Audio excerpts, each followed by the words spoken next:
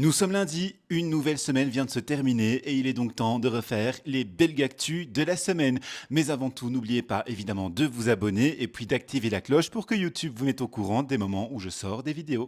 Je vous propose de commencer avec de l'international. Vous le savez, Donald Trump et Vladimir Poutine se sont rencontrés en Alaska ce vendredi en vue d'un éventuel accord de paix dans la guerre entre la Russie et l'Ukraine.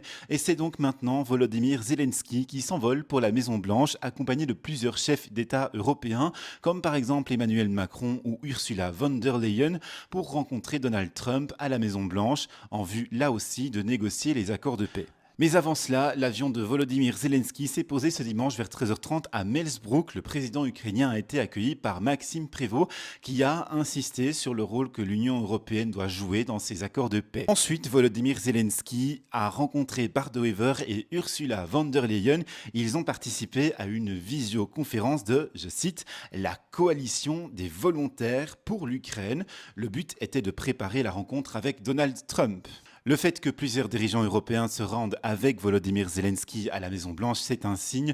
Ils veulent éviter l'humiliation qu'a subi le président ukrainien lors de la dernière rencontre entre lui et Donald Trump à la Maison-Blanche au mois de février.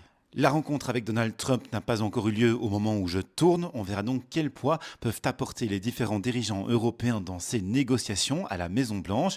Bart de Wever, lui, n'était pas du voyage. Et puis Maxime Prévost, de son côté, s'est envolé pour l'Afrique. Il va faire une tournée, notamment dans les deux Congos, la République démocratique et le Congo-Brazzaville.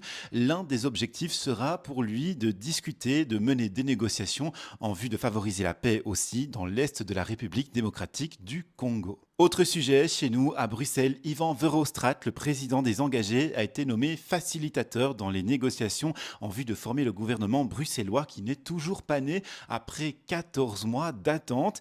Il a été nommé en commun par les partis Groen, Vooruit, le CD&V et puis forcément les engagés. Ivan Verhofstadt travaillera sur le fond, il va tenter de dégager un accord. Son objectif, c'est de le faire pour le 15 septembre. Il va pour ça mener des rencontres bilatérales, c'est-à-dire des rencontres en tête-à-tête avec les différents présidents de partis, sauf évidemment le Vlaams-Belang. Ivan Verhofstadt va devoir se montrer inventif pour parvenir à former le futur gouvernement.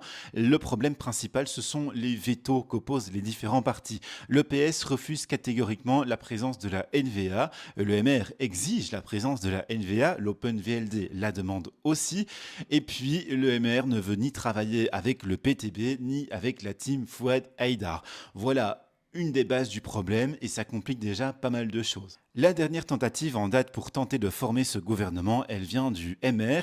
L'idée était de ne pas avoir directement une personne de la NVA au gouvernement, mais plutôt de trouver une personne issue de la société civile qui soit NVA compatible et lui offrir un poste de secrétaire régional. L'idée avait d'abord semblé séduire tout le monde, mais la NVA a voulu envoyer un négociateur évidemment à la formation de ce gouvernement et c'est là que tout a coincé. Le PS a fermement refusé la présence d'un négociateur de la NVA et la tentative a donc été avortée.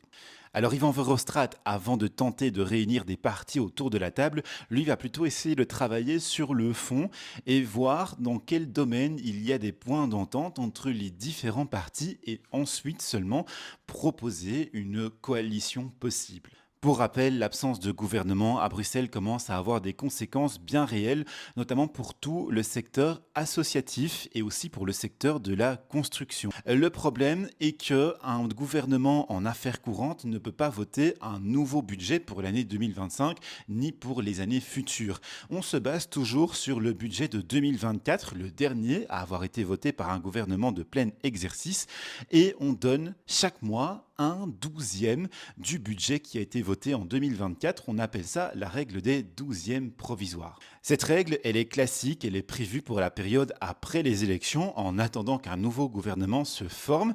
Elle est efficace sur du court terme, mais pose beaucoup de problèmes sur du long terme. Elle ne permet pas de faire des dépenses qui n'ont pas été prévues par le dernier budget voté. Elle a pour but en fait d'éviter que le gouvernement en affaires courantes fasse trop de dépenses. Mais donc, ça veut dire que tous les secteurs qui bénéficient de subsides accordés par la région bruxelloise sont mis en difficulté maintenant parce que les derniers subsides accordés étaient ceux prévus dans le budget de 2024 et qu'ils ne vont pas pouvoir être renouvelés indéfiniment, sauf si on vote des exceptions. De plus, les 12e provisoires sont accordés par tranche d'environ 3 mois dans le cas de la région de Bruxelles-Capitale et ça ne permet donc pas aux employeurs d'avoir une visibilité sur l'avenir financier. Conséquence directe donc dans le secteur associatif qui dépend très fort des subsides de la région bruxelloise et qui travaille dans tout ce qui est le domaine social, eh bien on est déjà en train d'opérer des licenciements, on ne renouvelle plus non plus les CDD ou bien on met le personnel au chômage économique. Et puis il y a le secteur de la construction aussi qui dépend des subsides de la région bruxelloise.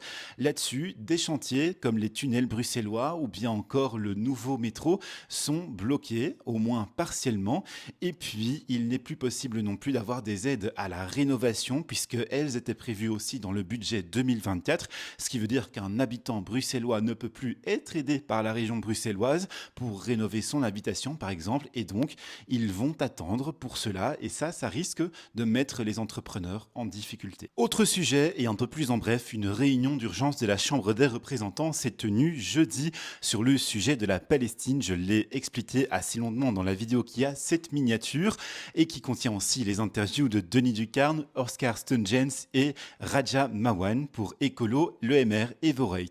Cette réunion, elle avait été convoquée par les partis de l'opposition qui souhaitaient clarifier la position du gouvernement quant à la reconnaissance ou non de la Palestine, sauf que le gouvernement ne s'est pas réuni avant cette réunion d'urgence et donc Maxime Prévost, le ministre des Affaires étrangères, est venu s'expliquer, mais il n'a pu partager que son point de vue personnel en faveur d'une reconnaissance de la Palestine et il n'a pas pu s'exprimer au nom du gouvernement. Le gouvernement devra se réunir sur la question le plus tôt possible. Le 20 septembre, il y a une Convention des Nations Unies sur la Palestine, justement.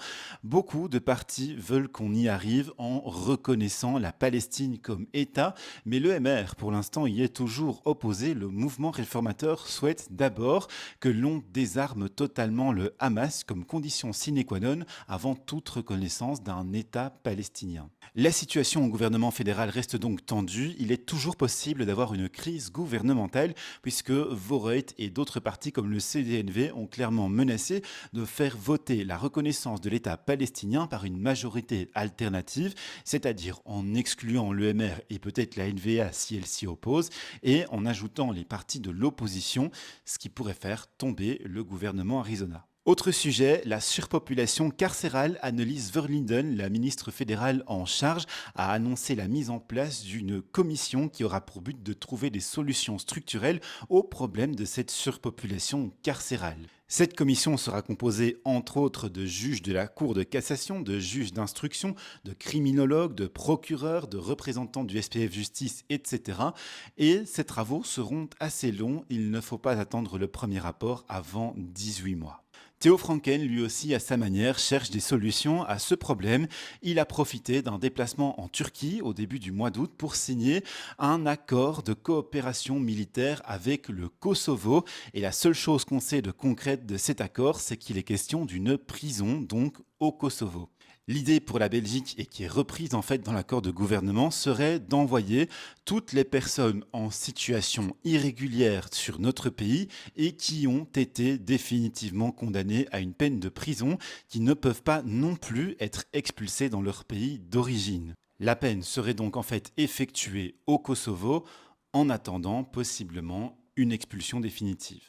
Et puis de ce qu'on sait de cet accord de coopération militaire, c'est qu'il vise également à renforcer la coopération en matière de défense entre les deux pays, mais là-dessus, on n'a pas encore d'informations concrètes. En plus de cela, Theo Franken a annoncé la construction en Belgique de nouveaux data centers militaires pour une valeur de plus d'1 milliard d'euros. Ça rentre dans la nouvelle loi de programmation militaire et donc dans les objectifs fixés par l'OTAN.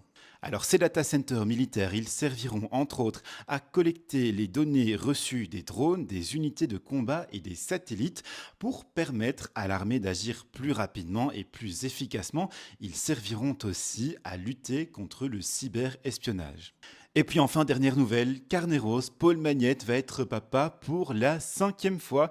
Et oui, la mère, c'est Chloé Ridel, qui est une élue politique française. On lui souhaite beaucoup de bonheur.